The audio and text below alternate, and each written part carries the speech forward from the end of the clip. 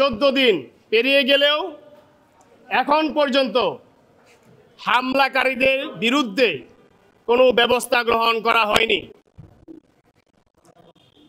এই যারা হামলার সাথে জড়িত সেনাবাহিনীর কতিপয় সদস্য এবং পুলিশের কতিপয় সদস্য, যারা আমরা মিডিয়ার মাধ্যমে সারা দেশের মানুষ দেখেছে যে কি ন্যাক্কারজনকভাবে হামলা হয়েছে, কিন্তু আজকে দুঃখের সাথে বলতে হচ্ছে যে হামলাকারীরা চিহ্নিত হওয়ার পরেও এখন পর্যন্ত তারা কেউ গ্রেপ্তার হয়নি।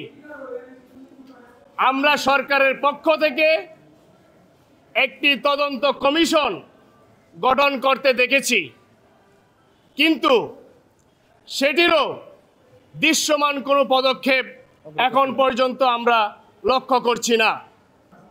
প্রিয় সাংবাদিকবৃন্দ, জনাব নুরুল হক নূর আজকে 14 দিন যাবৎ ঢাকা মেডিকেলে চিকিৎসাধীন অবস্থায় আছেন।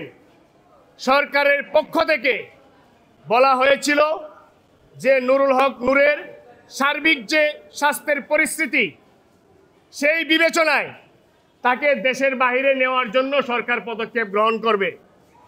সেটি কিন্তু সরকারের পক্ষ থেকে সরকারের প্রেস সচিব শফিকুল ইসলাম ভাই জানিয়েছিলেন, কিন্তু এখন পর্যন্ত কোনো দৃশ্যমান পদক্ষেপ কিন্তু আমরা দেখতে পাচ্ছি না।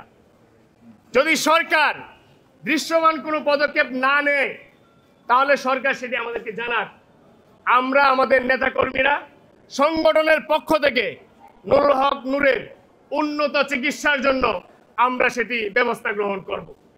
এখন পর্যন্ত আমি অবাক হয়ে যাচ্ছি যে সরকারের সেই ঘোষণার পরেও এখন পর্যন্ত নুরুল হক নূরকে দেশের বাইরে নেওয়া হচ্ছে না। প্রিয় সাংবাদিকবৃন্দ, নুরুল হক নূরের সবচেয়ে বেশি যে ইনজুরিটি হয়েছে, তার নাকের ভেতরের যে এই অংশটি, এটি সম্পূর্ণ ভেঙে চুরমার হয়ে গেছে এবং মাথায় আঘাত পেয়েছেন।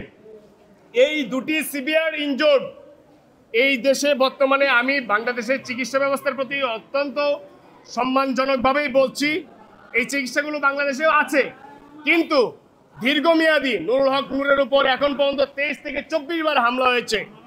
দীর্ঘমেয়াদী যদি তার রিকভারি প্রয়োজন হয়, সেই ক্ষেত্রে আমরা বিবেচনা করছি যে তাকে অবশ্যই দেশের বাইরে চিকিৎসা করতে নেওয়া দেওয়া উচিত, এবং সরকার যদি কোনো পদক্ষেপ না নেয় তাহলে সেটিও আমাদেরকে জানাক।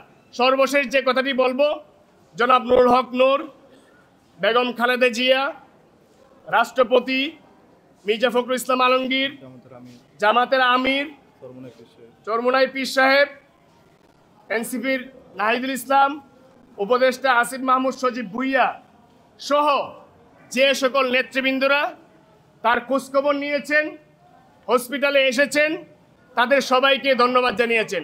পাশাপাশি ঢাকা মেডিকেল কর্তৃপক্ষকেও জনাব নুরুল হক নূর ধন্যবাদ জানিয়েছেন।